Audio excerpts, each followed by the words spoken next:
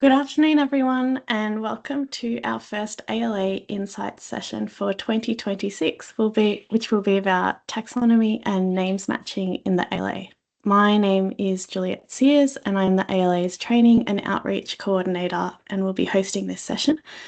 I'm joining from the land of the Wurundjeri Woiwurrung people of the Kulin Nation.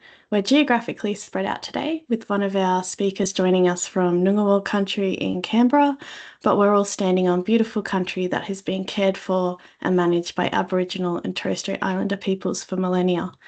They are our nation's first scientists, and as traditional custodians of this land, they have and continue to provide invaluable knowledge about their cultural heritage, beliefs, and relationship with the land.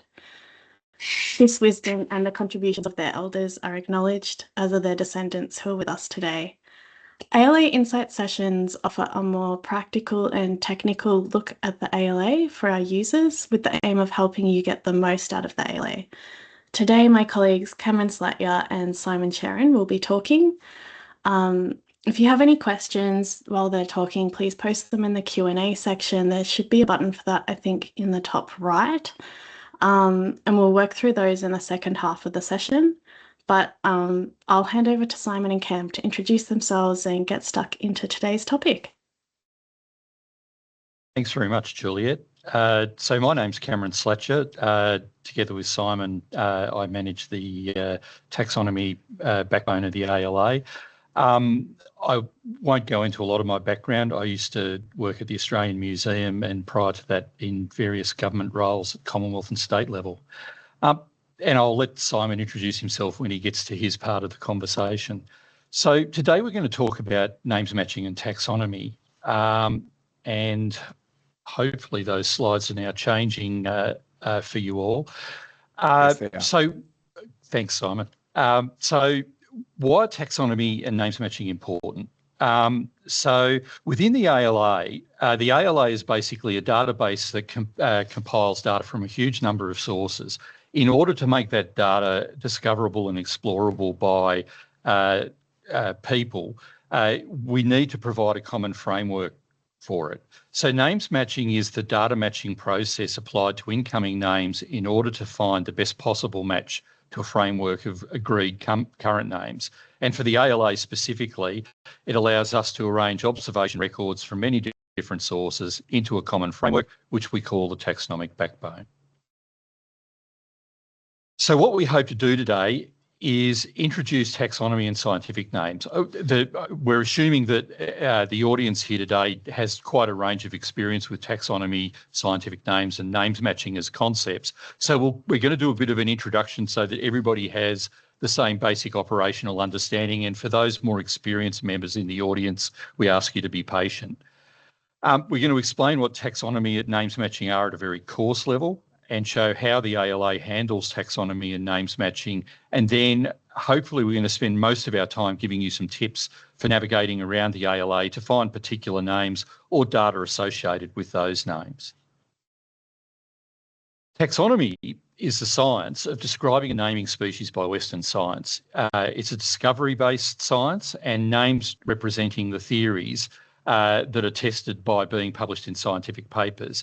That's not at all to suggest that it is any better or worse than traditional names used by Indigenous Australians. You need to see these things as being discrete views on biological life that are both equally relevant. It's just that our focus today will be the Western science version of taxonomy.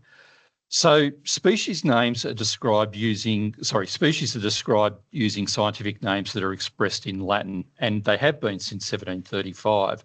The reason people use Latin is simply that it is quite literally a dead language. It doesn't change, and therefore the definitions of the names generally don't change.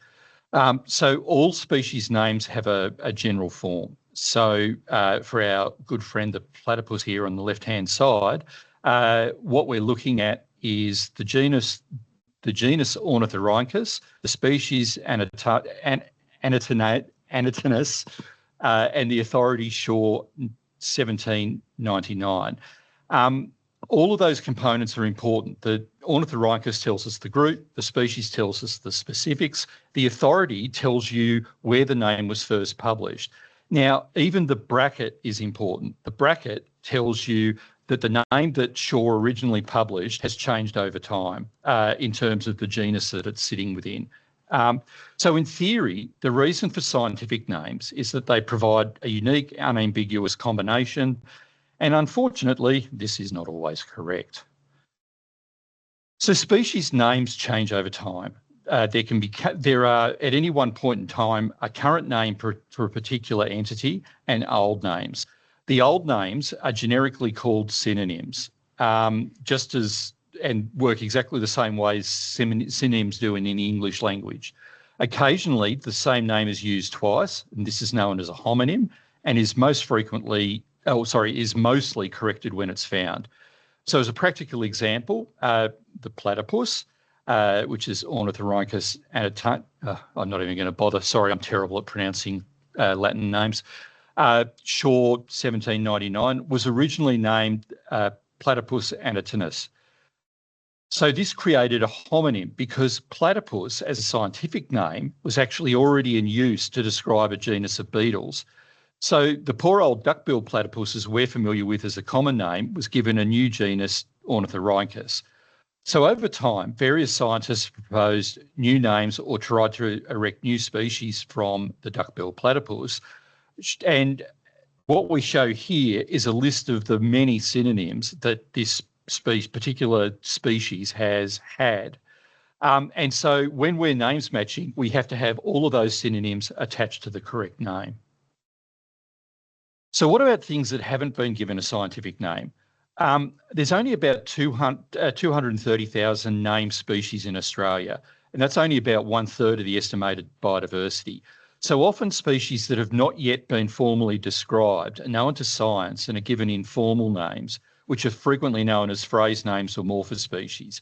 Now, the plant community, the herbaria in Australia, who are particularly well organised on this stuff, actually have a standard way of defining these phrase names. So in the example we've got here, the genus is Grevillea, the descriptor is Spurt Victoria Desert, and the authority is actually based on the specimen that was used to identify this particular phrase name, which is R.D. Davis, etc.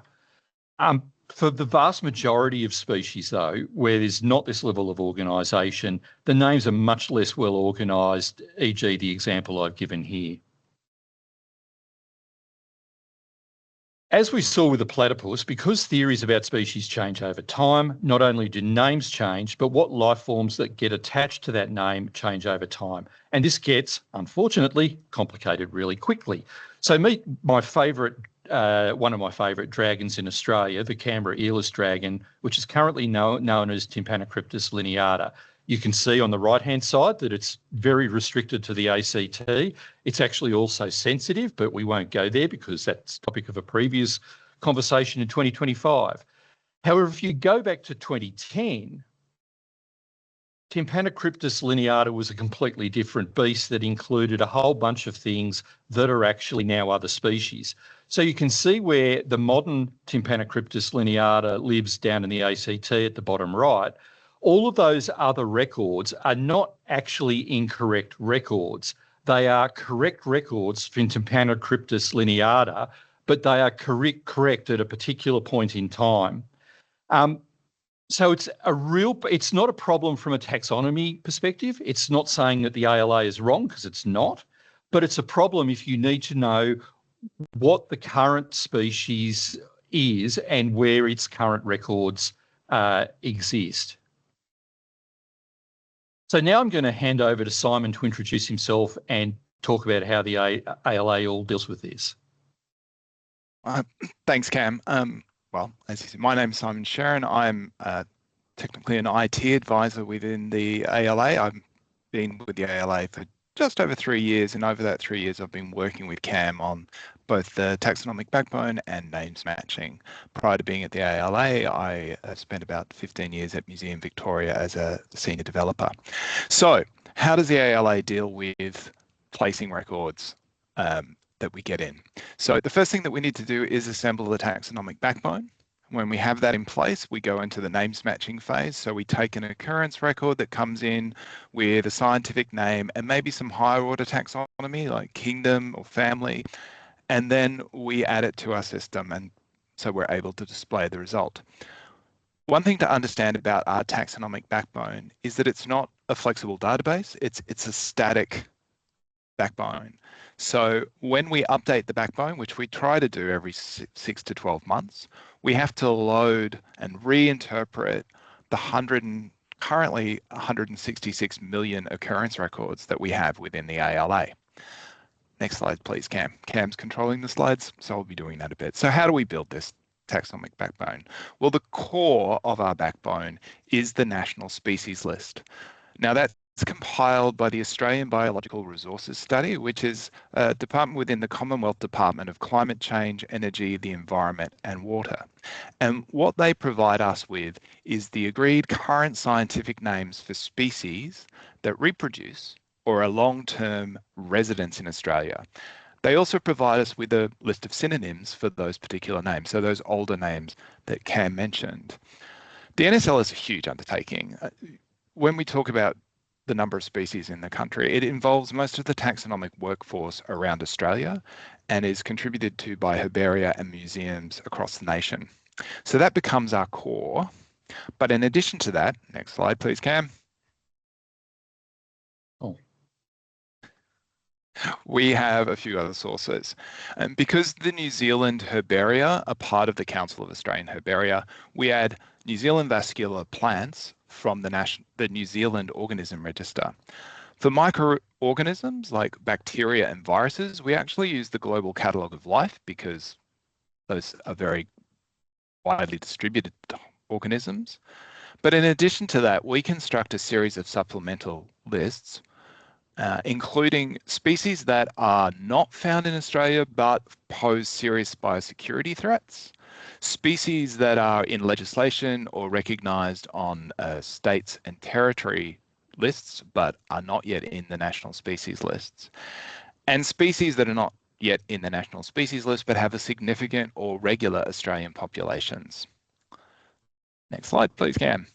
Okay, so what does names matching look like? Well, on the left, we see Hypertonatia philippensis, which is the currently accepted name for the buff-banded rail. I'll rephrase that. It's the currently accepted name in our taxonomic backbone for the buff-banded rail.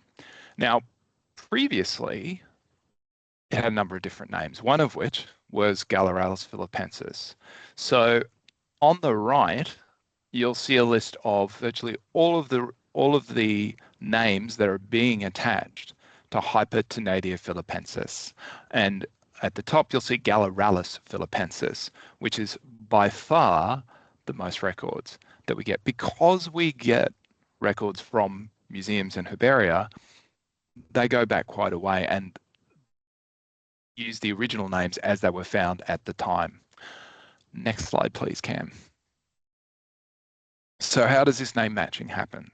So the occurrence record will come in with a scientific name, and occasionally it will also come in with higher order taxonomy, so kingdom, phylum, class, order, family, etc., and sometimes even with a vernacular name.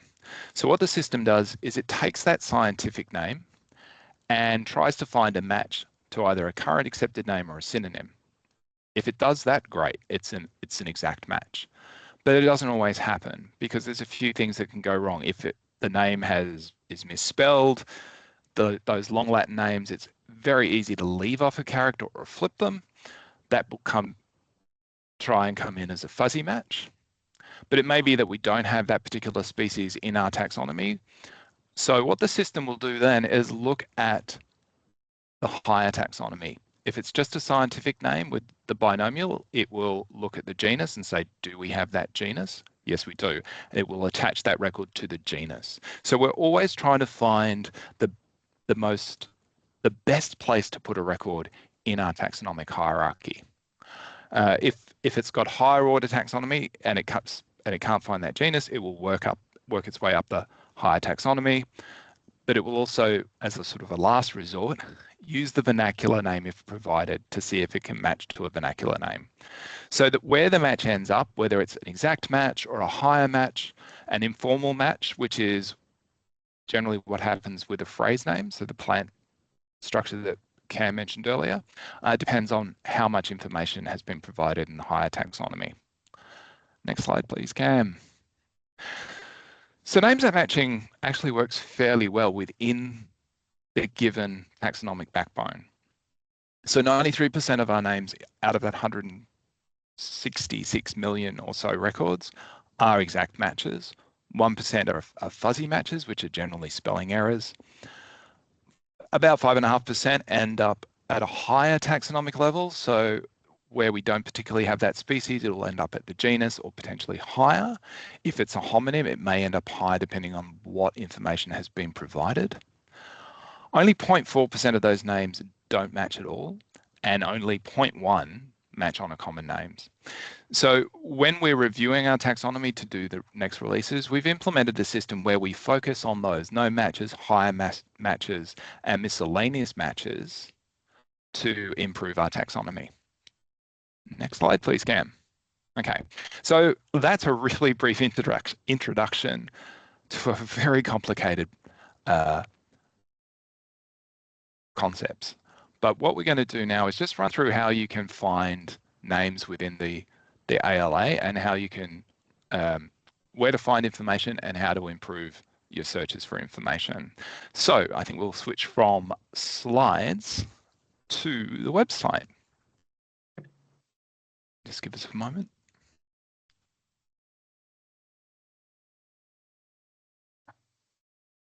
Joys of technology.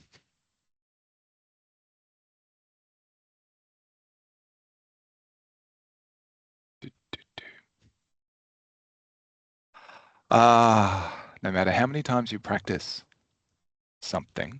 Apologies for that. Hopefully you can now see. Oh, no, not yet. We can now. All right. So the first species we're going to, one thing we're going to look at, just to illustrate one of the issues we do come across, is to look at Accipiter fasciatus, if you would mind doing that. Thank you, Cam. He's going to do all the driving. Okay, so you'll see here that we've landed on the search page. Fasciatus has come up as the first species. It's the brown goshawk. You'll notice immediately below that there are a few subspecies. So if you go to click on that name, you come through to the species page in the Biodiversity Information Explorer, or the BIE. So at the top of the page in large, you can see the scientific name with the authority, as Cam described it before.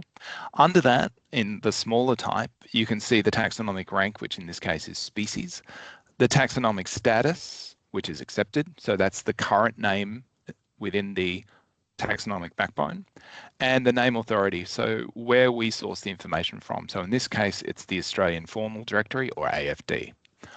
Under that, you can see some vernacular names along with Indigenous names that have been provided to us or shared with us by community, and we display them with their permission.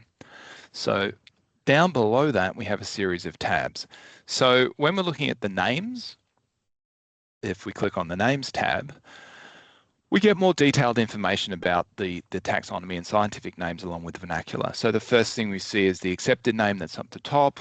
Then we once again go through the Indigenous knowledge names along with the sources of those names. Below that, we have common names, English common names, and once again, the name section. So you'll also, if a name has synonyms, you'll find a list of those synonyms here. The identifiers are identifiers back to the external websites where we originally sourced the name. So that's the Names tab. So that gives you more information about accepted names and synonyms. If you want to have a look at how this fits into the taxonomic backbone for the ALA, you go to the next tab along, which is the Classification tab. And here you can see the full hierarchy of the taxonomy that leads down to Accipiter. So it's obviously an animal, it's chordata, it's got a backbone, it's aves, it's a bird. So, and below that, you will see the three subspecies that we saw earlier. Now you can navigate up this tree if you want to see, say, for example, you want to go to the genus level, you just click on Accipiter there, and you'll end up on that page for Accipiter. So you'll have the same details there. You'll have galleries, you'll have the names and the classifications. And from this page, you're able, on the right, to download information about this section of the taxonomic tree, either the child taxa or species taxa. So those are the names. Now, you're looking for a set of names, for example, in the ALA, and you have a list of scientific names. And often they'll be exact, but if you want to see where names matching is going to place your names to give you a sense of, hey, is this going to be an easy search or not? Well, there's a way we can approach that with the list tool. So to get into the list tool, we jump back to the home page, that tab that's contribute at the top, and you have upload a species list. Now, to successfully upload a list, you will need to be logged into the system. And a species list simply can be a comma-separated list. The important thing is that the first column, you have headers for each. The first row in your file needs to be the headers of the column. And the most important thing you need is the first column to be scientific name. So label that as scientific name, and then you can have higher order. You can add in kingdom or phylum, etc. The more information you pass in, the more will be passed out to names matching. So Cam has a list we prepared earlier, which he can upload. So you click on upload a list. You go in and select a file, and select the file from the CSV. Open it. Check your data just to make sure that you've got. You'll see here it'll come in with, if you scroll down, the scientific name, you can see kingdom, that we've left kingdom mostly blank. Once you're happy with that, just down below that, you can put in a title, something memorable for yourself, even if it's temp. Put it in there as a test is the easiest type to select, and leave the is private checked because that just keeps it to yourself and doesn't become publicly available. Click on upload a list, and then it's loaded in. So just to run through this list really quickly, it's a couple of ideas that we want to cover. The first name in that list is obviously very straightforward, a straightforward match from Litoria barringtonensis, and I'll have to just zoom up my page a bit because it's very small. The next entry down is a more complex name. So there's species that are sort of vague, and we had the same issue with, as Cam described, with Tympanocryptus lineata. So it comes in as a name, it says, hey, it's this complex. You can see where that name is supplied as the scientific name. Name matching will actually match it to Litoria personea. Next one down, Gallerellus philippensis, as we discussed, is a previous synonym, goes to Hypertonadia philippensis. Accipiter is straightforward.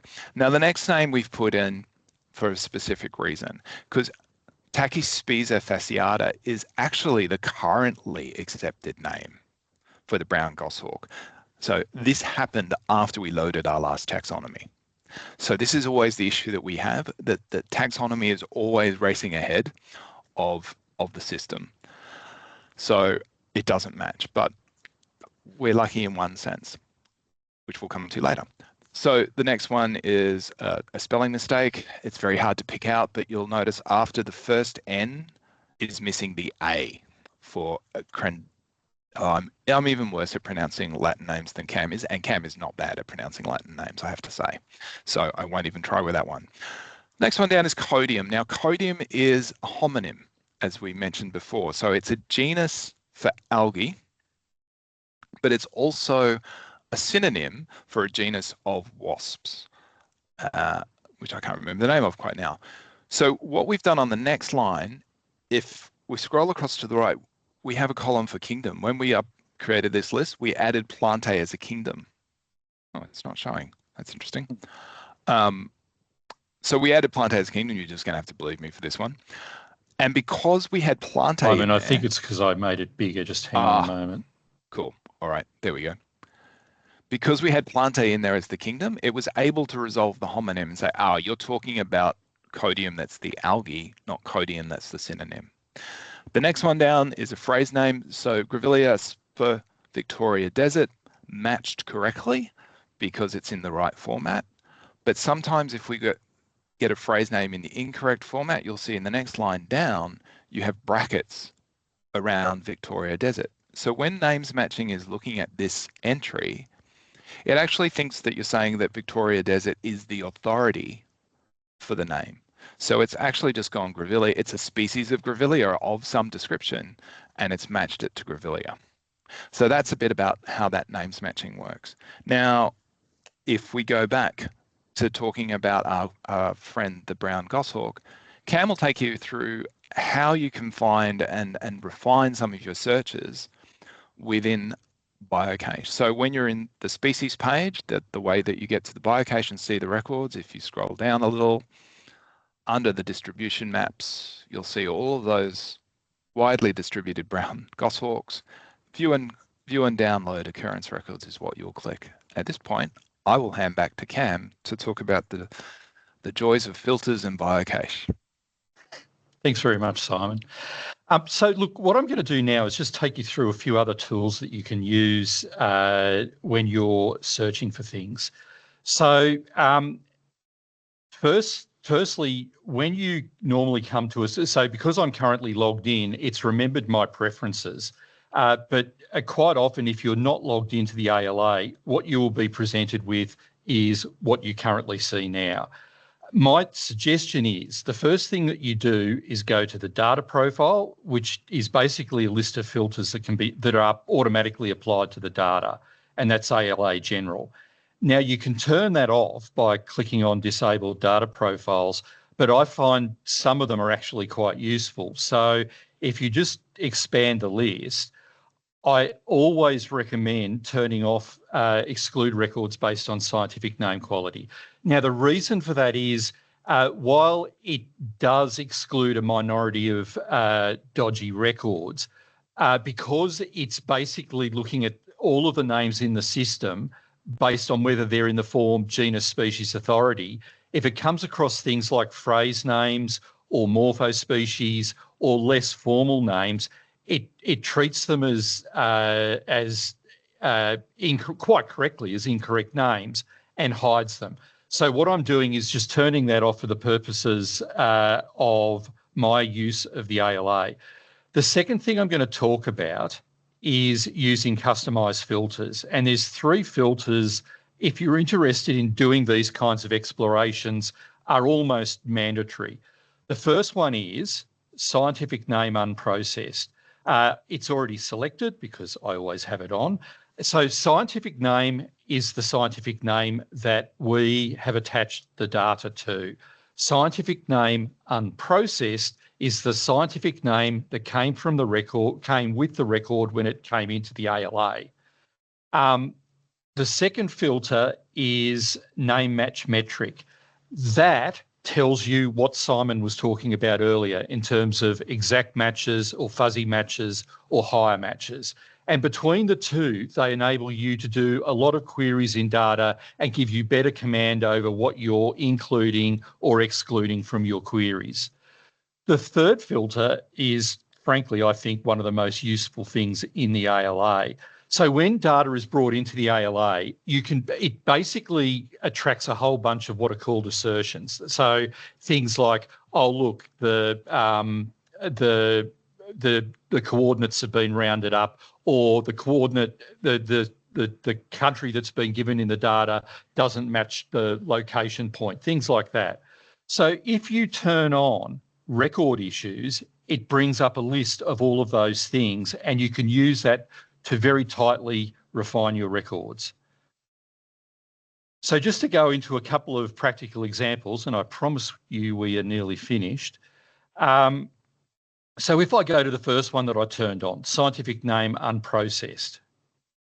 As Simon foreshadowed earlier, what you get is basically a list of all of the names that are attached to data for under the name Accipiter fasciatus.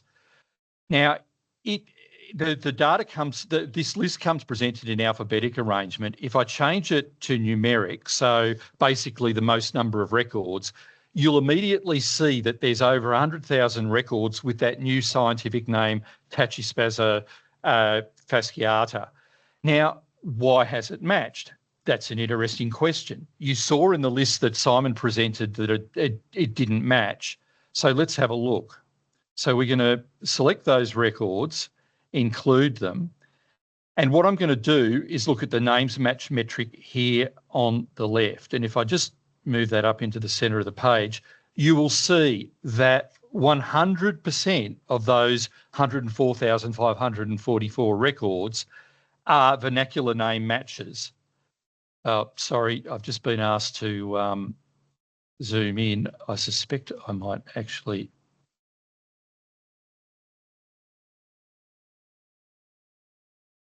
Hopefully that is better. I'm not used to looking at it this scale, so I'll... Anyway, so if you have a look at name match metric, you will see that what it is a vernacular name match. Now, as Simon noted, vernacular name matches are not actually very common in the ALA. It's kind of a match of last resort. And it only happens if there is absolutely no doubt with regards to the vernacular name. Now, fortunately, one of the few groups in Australia for which this is very rarely a problem is actually birds, because they have there is a nationally accepted list of common names that most people adhere to. And what's happened here is that even though these records have the brand new scientific name that is not in our taxonomy, the system has matched using the common name and the species name within the scientific name, which is kind of quite useful. Now, what I'm going to do is reference back to the little beastie that I was talking about earlier in the presentation as our last example of things before we go to questions. So in Tympanocryptus lineata,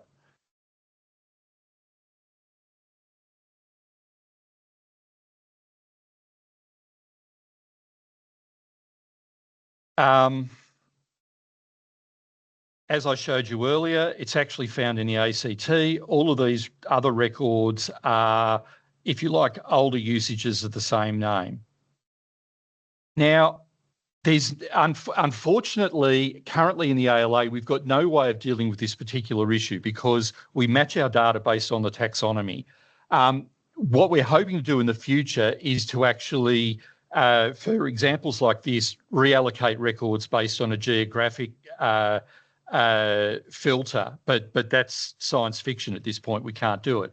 What I'm going to do is show you some useful ways that you can actually zoom in on a species like this. You do need some pre-information. So Tympanocryptus lineata was redescribed in 2019 by Jane Melville from the Museum Victoria and a bunch of collaborators. So what I'm going to do is firstly, as I did earlier, turn off the, actually for the purpose, sorry, I will do as I told, not do as I do, and just turn off scientific name quality. I'm then going to have a look at what I've got. So the first thing I'm going to do is look at scientific name unprocessed.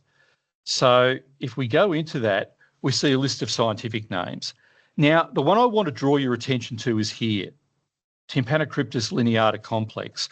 So that is from the days when Tympanocryptus lineata was recognised as a group of different species. So the first thing I'm going to do is turn off those records because they are literally, you cannot tell which species they are in terms of the way this data is currently arranged.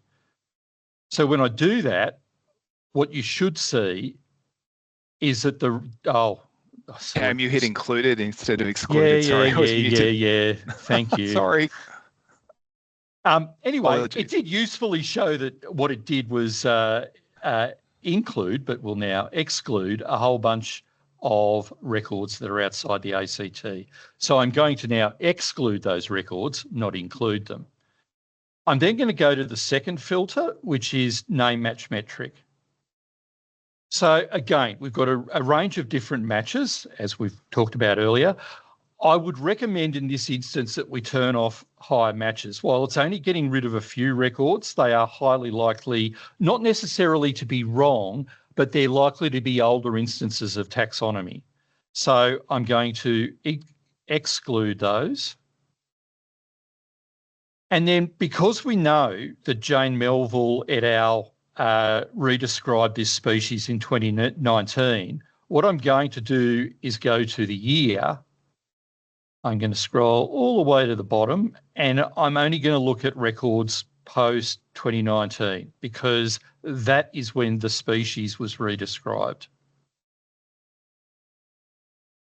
And then hopefully what we should see is one road record in South Australia and a cluster of records in the ACT. And that one record in South Australia is actually a genuine record, which is rather weird. So it's not actually an error. It's a record that has been queried back to source to figure out what's going on with it. Anyway, I hope that quick introduction to the filters and the quick introduction to names matching and taxonomy was an excellent place to start with all of your wonderful questions. And I will stop sharing.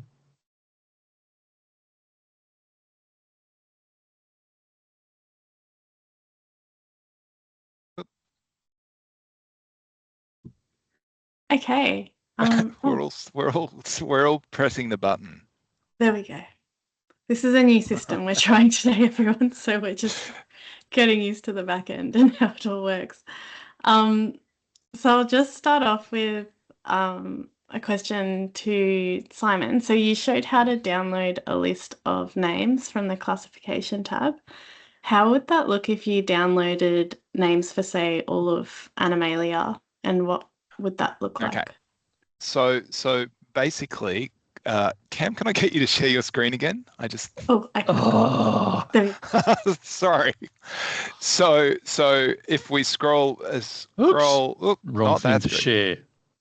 Yep.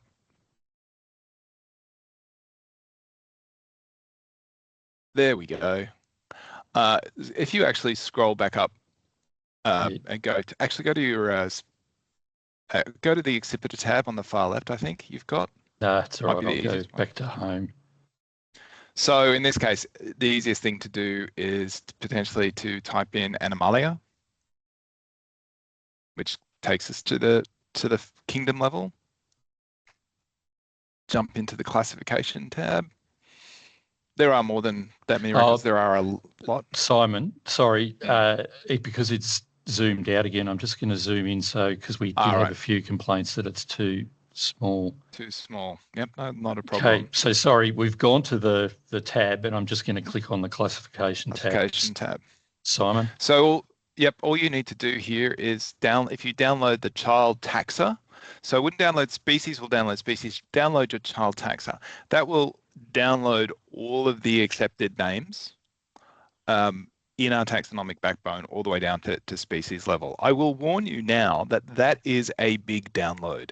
I did it before and it comes in at 126 megabytes. So it is a big file just to download. So that will give you our accepted names. It doesn't give you, he says, just checking. I don't believe it gives you synonyms. Doesn't give you synonyms, no. No, it just gives you the accepted names. So that is how you would do it. So you could do that for any tree. You can't do the entire, if you want to get everything, you have to go to the various kingdoms. You can't just go, oh, give me everything. You need to go to the individual kingdoms because we don't have a domain level in our taxonomy. Hopefully that's it. Next question. Excellent. Also, don't forget in the Q&A section, you can upvote or react to questions too. So that'll help me, I don't know, triage which ones go first. We've got one from Nicholas who says, in situations where large numbers of new taxa have been published by a small number of controversial authors, How does the ALA decide whether to include, synonymize, or exclude those names? Maybe Cam can start with that one. I don't know. Sorry, Juliet, you're going to have to repeat that. I had a slight technical problem which cut out all my sound for about 30 seconds. No problem. I'm just going to turn off. Do you want me to turn off sharing the screen as well for now? Yeah, for the moment, no, yeah. Yep. Okay. I can always share it again. In situations where large numbers of new taxa have been published by a small number of controversial authors, how does the ALA decide whether to include, synonymize, or exclude those names? Yep, I'm pretty confident I know some good examples of that, which I won't go into. But so, look, we follow the NSL as Simon indicated earlier. So what we will tend to do is use the NSL name as the point of truth. Now, if I can use a perhaps slightly older example, there was a brief period in the early 2000s where Wells and Wellington published a large number of reptile names. Some of those reptile names are accepted, some of them aren't. And in the event that that happened again, what we would do is take the names that have been published and what we call reverse synonym them back to what's in the NSL. Now, there's several legitimate reasons for doing that. So, for example, for the NSL for plants, there's a thing called the Australian Plant Census, which is an agreed consensus viewpoint of all of the herbaria in Australia. So you could have a situation where an individual herbaria has described a new species, but at a national scale, that species is not accepted is not yet accepted by the rest of Australia. Now, in order to ensure that we've got both names in the system, what we do is take that name that's been published by the individual herbarium and we synonymise it to the name that's accepted in the NSL/Australian Plant Census. And it's much the same thing for any kind of controversial name.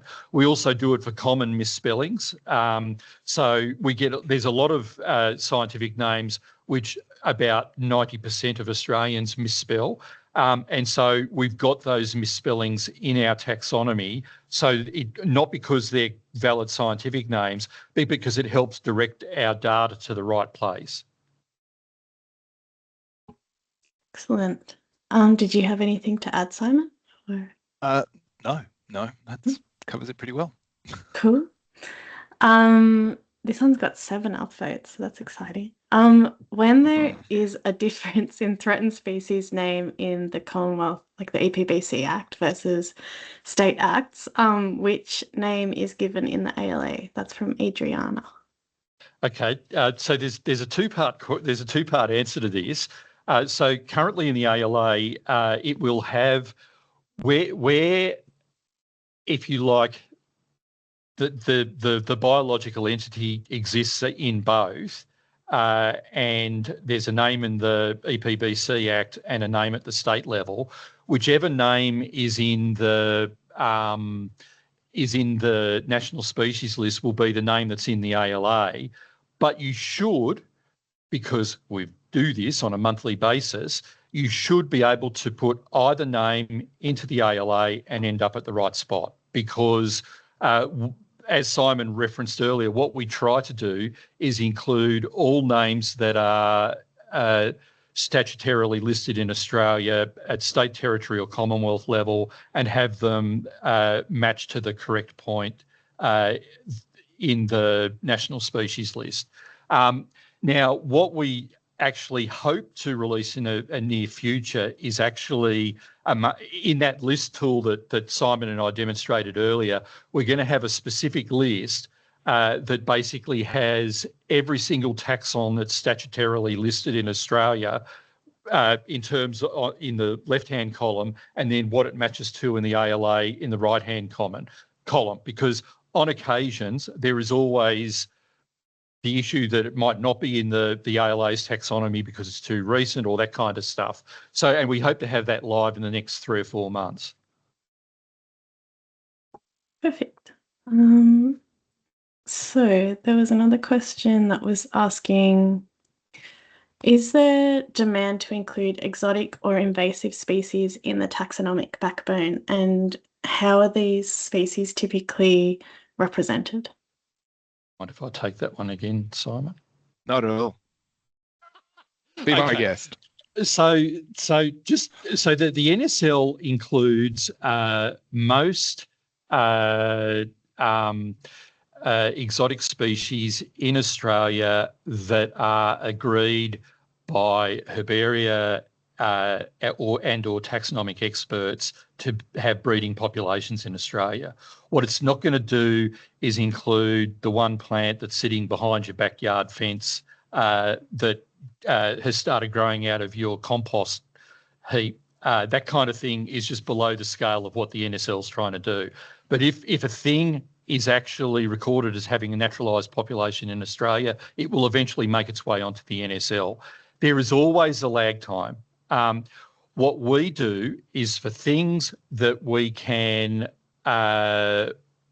identify that are appearing in Australia as naturalised because they've been recognised by a state or territory authority, but they're not yet in the NSL, we will add them into our taxonomy. As Simon said earlier, the other thing that we also add in, which does occasionally cause confusion, is because we have an early warning alert for biosecurity species that are not found in Australia, what we've got in ALA is a list of high priority things that aren't found in Australia, that if a record comes into the ALA or into iNaturalist, it triggers an alert that goes to the relevant biosecurity authorities. So a really good example of how well that works was the finding, I think the year before last, of Corbicula, which is a really, really nasty invasive Asian clam, which is now established in the Brisbane River. That was literally picked up from iNaturalist records that got imported into the ALA. I have kind of I'm combining some questions from people, so I hope that's okay. So there was a question, was why are only vascular plant names harvested from NZ and not fungi, as Australia and New Zealand share some macrofungi? But there's another question that was also asking, where do you get the taxonomy for fungi, including microfungi? Is it GBIF or the National Species List? So I'll hand that. Good question, and I'll fall on my sword here and say Cam may have made a mistake in the presentation and forgot to put fungi in. So we do actually take all vascular and non-vascular plants from the NSL, including Oz fungi. What we do currently is supplement Oz fungi with the list of fungi from NZOR. That actually causes us an enormous pain in the proverbial, because there's a lot of stuff in New Zealand that's just not found in Australia. And so we've been working really closely with the team at RBG Melbourne to reconcile the differences. So the next time that we load fungi, we can pretty much rely on Oz fungi to give us a pretty reasonable map of what's in Australia in terms of current understanding of taxonomy.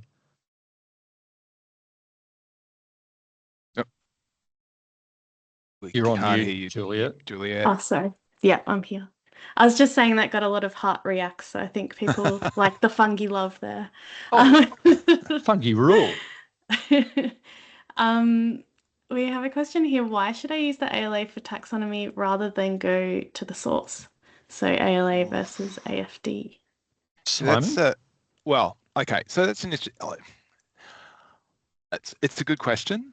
I think if you're purely talking about taxonomy, you want to go back to the source. So the National Species List is your point for that.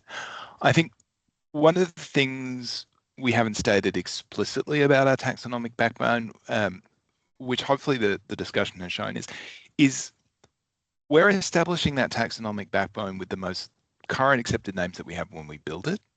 But what we want to do is, the important thing for us is matching names and getting those occurrence records in the best places. So we will add those names, those misspellings to our taxonomic backbone so they can be picked up. These are generally things that are misspelled that aren't picked up by fuzzy matching.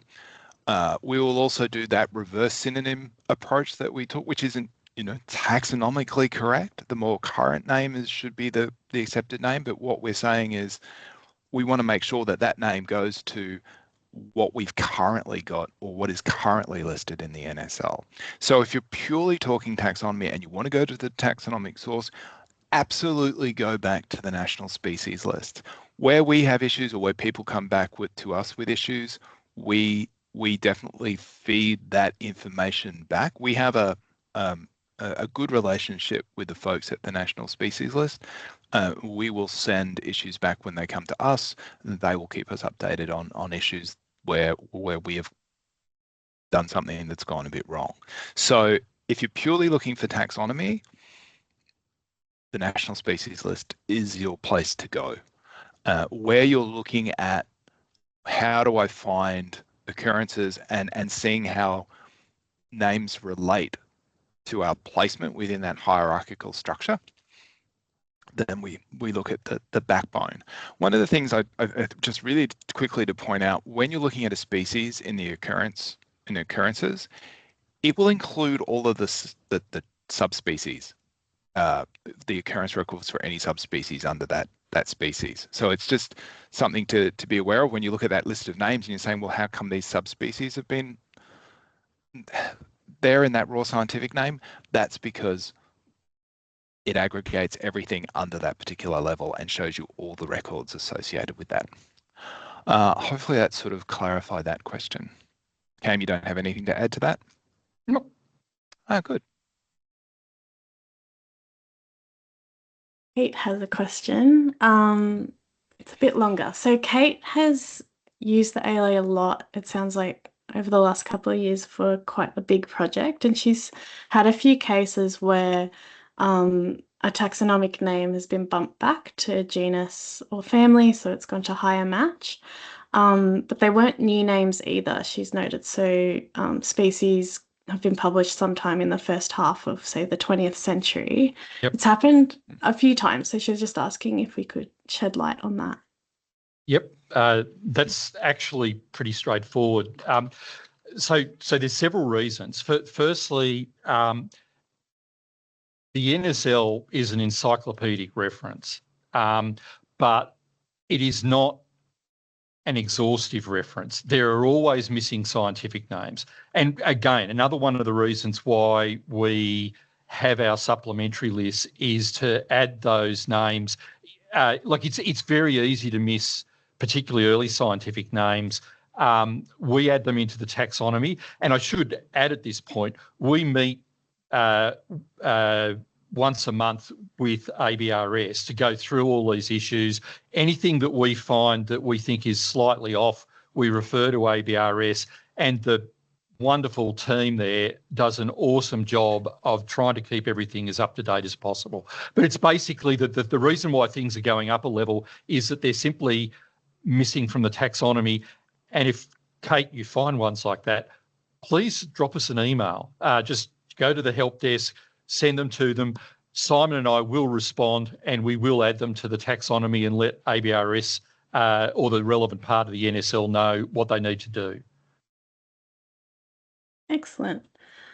And so we've got about 5 minutes left. How are occurrence records handled when taxa have synonyms? Are records for all synonyms merged then under the currently accepted name?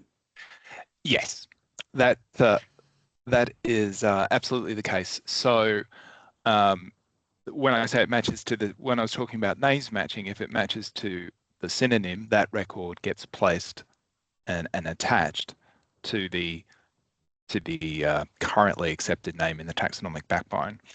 Now, having said that, once again, because taxonomy is not easy, there are things we call pro parte synonyms, where the same name has actually gone to a couple of different accepted names. And heads up, the system doesn't handle that approach particularly well in terms of allocating that. That is something that we need to work on in terms of being able to say, if you're looking for that particular species, you need to consider this, this, and this. So that is one of the things that is on our to-do list. Once again, that's a very easy thing in the taxonomy sphere for people, but for us in the names matching and placing those records, it does become a complicated issue. And that's where you do need to do some of that diving into that raw scientific name to see those particular records that are going to pro parte. You'll be able to find ones that have come in with that particular name. And that's the advantage of that having that raw scientific name there. Cam, did you want to add to that? Look, I was just going to say, because pro parte synonyms are quite a major issue for us. One of our many projects that Simon and I have this year is we were actually going to release a formal list of scientific names where we're pretty certain we're definitely certain where we're confident that data might be going to more than one place, not in the best way. So what we'll do is provide a list of things that are pro parte synonyms, and so that if you want to check to see if your record is actually under another thing that shares the same synonym, that you'll be able to find it. We were intending to come up with a better long-term solution, but it's a short-term solution, recognising that there's a problem. And I should note, all biodiversity databases in Australia cannot deal with pro parte synonyms. It's just what happens when they encompass one that varies. Thank you so much. I'll do two more questions. One's from Miranda. So she's asking, how do we get notified of taxonomic changes that might need to be reflected in the ALA? So do we get updates, or do we look at new publications? That's really exciting, because Juliet and Simon and I have been discussing this. We were actually interested in whether there would be interest from the audience in if we put out a regular release of things that have changed in taxonomy, would there be interest in receiving that? Because it's very difficult to tell from where we're sitting how much interest there is in the audience. So, but I'm seeing lots of hearts and thumbs. So I think there's a definite yes. I'm getting a very positive vibe here that we want to put those changes in. I think when we next time we do a taxonomy release, we'll have to do a sort of a change list, perhaps. Yes, but we would want to do and obviously we would be doing that with the NSL, because they are our BFFs and we are dependent on them. Absolutely. The other issue that we have when we do change in taxonomy is often the taxon ID will change between taxonomies. We are working on ways to make sure that we have mapping between an old taxon ID and the new taxon ID. And I know that does cause people problems when they have links and references, and we're doing our best we can to make sure that we have those mappings. And that is something that, once again, we work with the good folks at the NSL on to have those mappings across and make that experience smoother. Excellent. We'll finish up. I know we didn't get to everyone's questions, but it's really great to see how engaged everyone is. You can always email us at support@ala.org.au, but I'll finish with the question that actually was remaining with the most reactions was about your brooch on your hat, Simon, and people were wondering where and how they might be able to get their own. I'll say, yeah. These aren't actually commercially available. This is simply the ALA logo, which I think I downloaded as probably as a GIF or an SVG file. It's just an image type. And the Melbourne City Libraries have amazing makerspaces, and including laser cutters. So this is actually just basically taking that image, getting a bit of nicely done plywood, and just cutting it out. So it's actually just stuck on with a bit of tape. So it's not actually a commercially available badge. Simon's a man of many talents. Yeah, if you're based in Melbourne, I highly recommend the Melbourne City Library makerspaces, and I'm sure around the country there are others for that have those facilities. Anyway, That's a So- bit of a side So diversion. that's fine. Thank you everyone for joining. I hope this was informative and you got something out of it. Shout out to biodiversity data and makers spaces and taxonomy. Please join us again at our next one, or send us an email if you have ideas on things that would be good to present on, because this is a new type of webinar for us. So we're still learning about what works best. Cool. Bye, Thank everyone. you. See ya. Goodbye. Thanks, folks.